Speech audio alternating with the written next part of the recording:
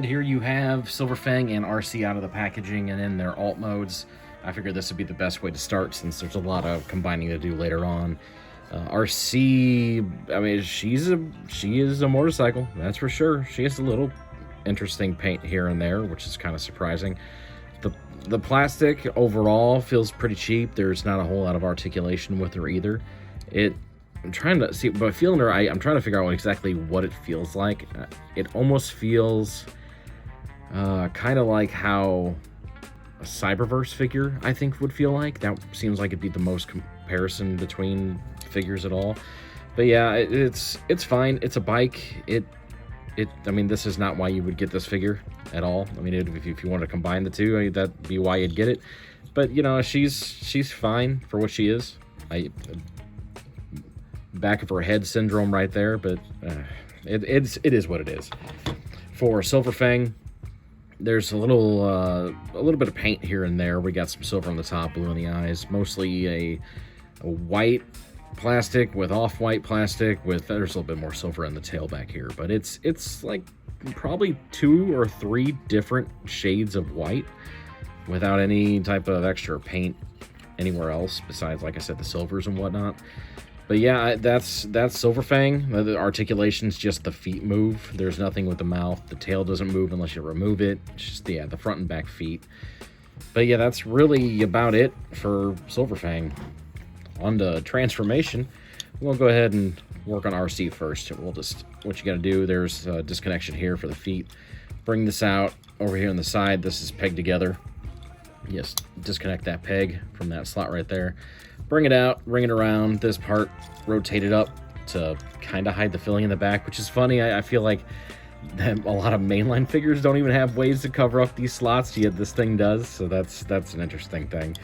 Up here, hands disconnect from this peg here on both sides. Get those disconnected. Move the arms up and out of the way. Bring the waist down, rotate it around. Legs down, just like that. Have that all situated. Bring the head up. Twist her head around.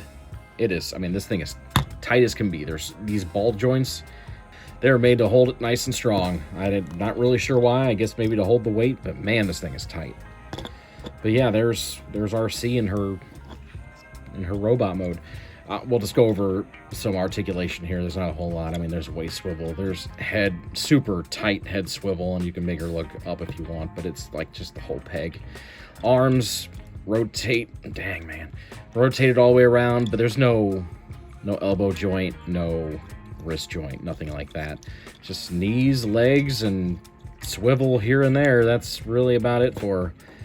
But yeah, move on to Silverfang. Silverfang's a little cool.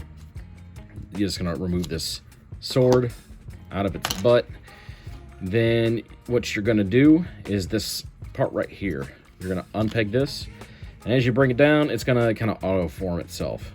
So you'll hold the back while we fold this down. Move it together. Actually, before we do that, let's just go ahead and fold the legs up, get those out of the way on both sides. Now we'll do it, and like I said, kind of auto forms herself to this covering.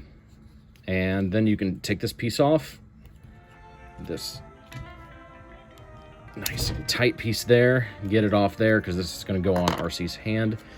And then you take the 2 slots there for the pegs, peg it onto the top of Arcee. And there you go. There's Arcee and Silverfang combined. Now this it holds pretty well. It isn't going anywhere. It's not going to fall over or anything. For the Silverfang head, go over to the arm where this peg is. You're just going to peg it in right there. Slot it in. Oh, man. Tight all the way around. There we go. Slot it in there. And then you can either have this other hand or that same hand, whatever you want to do. Hold the sword. Just like that. And yeah, that's really about it for her. There's not much more to articulate. There's nothing with this that articulates more than just what has happened. You can get a good look at the face, which looks okay. It's huge, but again, this is such a small type of figure. I do feel like it's a little overpriced for what it is, but maybe because of the mechanics of auto-forming this thing and some sculpted detail here and there makes it that price. I'm not 100% sure, but I guess it is what it is. But yeah, if you want to see something scale-wise, there she is next to a deluxe figure. And she's just a little smaller. She's bulky, though. Very bulky. All the way around. I don't see what this would really fit in unless you're just a straightforward movie collector. Get everything that comes out. Go for it. Have fun with it. It's different, especially for what I'm used to. Again, but it's really up to you. If you want to try it out, go try it out. Tell me what you think about it down below. But really, that's about it for this video. I hope you enjoyed this quick little overview of these Rise of the Beast figures as they're slowly making their way to store shelves. Thanks again for watching. Leave a comment below, like it, subscribe if you want, and I will talk to you on the next one. Have a good one.